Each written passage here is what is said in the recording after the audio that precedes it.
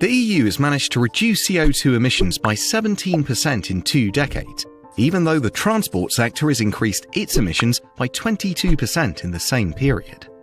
Transport is now responsible for 26% of total European emissions. This is because the transport sector today continues to be based on petrol and diesel fuels and has been unable to make use of renewables in any significant way. It is worth noting that 29% of the electricity consumed by Europeans is renewable, while in the transport sector, renewables account for just 7% of the energy consumed. All this has made transportation the main cause of air pollution, with the serious effects that this entails for health, particularly in urban areas. Electricity can be the most environmentally sustainable energy source with the least emissions, the one that uses renewables most, and the one that will use them most in the future. In addition, an electric vehicle's engine is much more efficient than a diesel or petrol engine.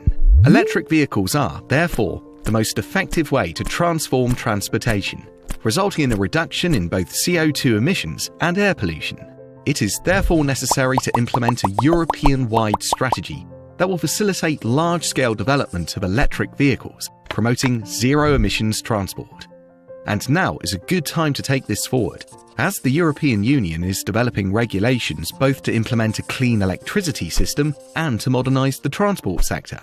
This opportunity should be used to 1. Reduce the financial and regulatory barriers that hinder the development of electric vehicles. 2. Seek to ensure that electric vehicles represent a reasonable share of the total number of new vehicles purchased in Europe. 3.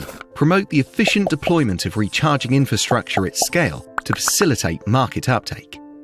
Here at Iberdrola, we are contributing to the rollout of electric vehicles by developing and marketing public and private charging services. Iberdrola's green recharging solutions meet the needs of individual customers, companies and fleets for zero-emissions mobility using energy from renewable sources, innovative services and the latest recharging technology.